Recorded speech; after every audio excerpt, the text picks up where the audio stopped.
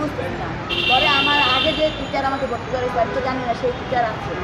আমি আবার আরেকজনকে বলছি, আরেক ম্যাডামকে বলছি, বলতেছে আম্মু তোমার মন খারাপ কেন, কান্না কেন করতেছে? পরে বলছি ম্যাডাম এমন এমন ব্যাপার, এমন এমন ব্যাপার, আমাকে এমন এমন প্রস্তাব দিচ্ছে। কোন স্যার? আমি তো বলবো না। তোমাকে আগে কোন স্যার ভর্তি করেছে? মানে আমার গ্যাপ গেছে, করোনার সময় কার না গ্যাপ গেছে বলেন ভাই? হ্যাঁ, করোনার সময় কোন বাপের বেটা কোটিপতির পোলাও কি করছে? হ্যাঁ, তখন ডান্স করতে বাদ দেয়, এখন অনেক কিছু চলে গেছে।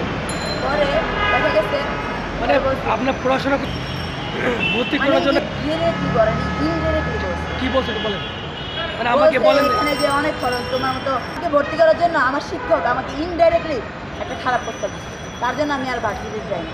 আমার কোনো ভার্সিটিতেও কোনো স্বাধীনতা নাই। বুঝতে পারছেন ভাইয়া? না থাক, বলবো না, নাম বলবো না। মানে এমন কি যে সে বলতেছে তোমার তো বয়স হয়ে গেছে, বর্তমান শিক্ষা ব্যবস্থা অনেক কঠোর, তোমরা যেমন মধ্যবাটা থাকতে ইংলিশটা পড়তা, এখন সেই ইংলিশটা এখন আর নাই। মানে নানান ধরনের কথা। মোট কথা হলো সে আমাকে নিবে না। আমি যদি তার কথা মতো হোটেলে যেতাম গা, তাহলে ঠিকই আমার নিত। বেটার গেরা কমাই নেই দেখে আমার নেয় না, বাড়িতে মানে তাই অন্য মতো বাড়িতে না পড়লে কি হচ্ছে? বাড়িতে একটাতে নেয় নাকি, আরেকটাতে নিবে, আরেকটাতে নেবে, আরেকটাতে নিবে। আল্লাহর দরজা বন্ধ হলো, এক দরজা আল্লাহ আমার লেগে চলার। বর্তমানে সবচেয়ে ইনকাম কোন কাজে বেশি? হ্যাঁ, বর্তমানে টাকা বেশি কোন কাজে? টিউশনি করে আমি ইনকাম করি। বর্তমানে ইনকাম কোন কাজে আমি ভাই জানি না, কিন্তু আমার আইডিয়া বর্তমান মেয়েদের একমাত্র ইনকাম দেহ ব্যবসা। আর কিছু বলবো? আমি করি না, আমার ফ্রেন্ডরা করে। আমাকে বলে তুই এত কান্নাকাটি করিস কেন, এত ডিপ্রেশনে থাকিস কেন, তুই তোর চুলগুলো দেখাই, তুই চুলগুলো শ্যাম্পু করতে পারিস না, ইয়ে করতে পারিস না। আমার টাকার অভাব, আমার আয় বুঝাবে, আমি ওদের মতো ফ্যাশন করতে পারছি, ভার্সিটিতে যাই, আমি আর পড়াশোনা করতেছি। আপনার বান্ধবীর দেহ ব্যবসা করে? এটা দেহ ব্যবসায়ী। যদি বলে কেউ বলে যে দোষ 1 ঘন্টা লেগে যাবি, জায়গা কত টাকা করে দেন? আমি জানি না ভাই, আমি গেছি। ভালো টাকা ইনকাম তো। হ্যাঁ, আমি জানি না ভাই, আমি তো হিসাব করছি।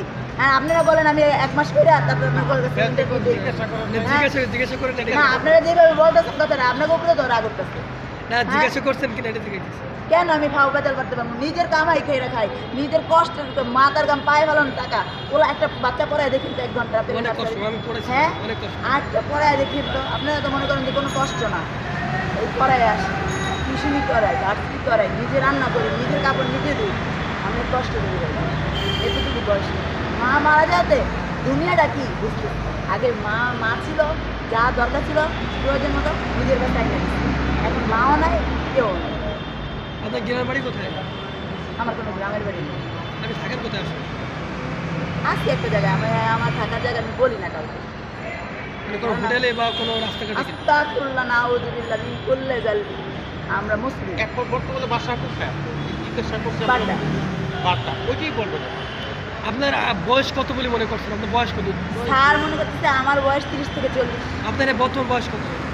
আমার সার্টিফিকেট অনুযায়ী বয়স কত?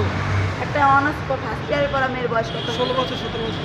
না, এত আবার করতে হবে আমি থেকে আমার সাথে 20 22 হ্যাঁ 20 এই তো 18 থেকে 19 পর্যন্ত। আজকে আপনারা আমার মুখটা দেখতেছেন, এতদিন কেউ আমার মুখ দেখে না। কালকে কিন্তু আমি পঙ্গুতে আসছিলাম, নাম বলছি, আমি কালকে কিন্তু পঙ্গুতে আসছিলাম। পরে আমার মানে পঙ্গুর অবস্থা দেখা আর আমার অবস্থায় আমি নাম কাটাই নিয়ে গেছি, মরলে ঘরে যাবি, বুঝলেন নাই? কারো পলিটিক্সের শিকার হতো। আমি ব্যাগের দিকে সবসময় নাম্বার থাকে। পরে এই ভাইয়া বুঝিয়ে একে একে সবার নাম্বারে পড়ছি। সবাই বলে চিনি না, জানি না, পাগল, হাত পাকাইতে পাঠা দে, পাবনায় দিয়ে দে। আপনাদের মনে হয় আমি পাগল? আপনি যদি শ্যাম্পু করেন এই চুলগুলো কি সুন্দর হবে না? টেনশনে ইয়ে করে, এক একটা করে গায়েতে গন্ধ হয়, গোসল করে না। কেমনি গোসল করবে তো? খালি আজকে গোসল করবি, প্রতিদিন গোসল করবি, পারফিউম দেয় না, কিছু না। আরে বাবা, তোদের বাবার টাকা আছে, তোরা খরচ করে, আমার বাবার টাকা নেই, আমি নিজে ইনকাম করে খরচ করবো। আমার 2 টাকা হিসাব করে খরচ। নাম কি আপনার? আমি না কত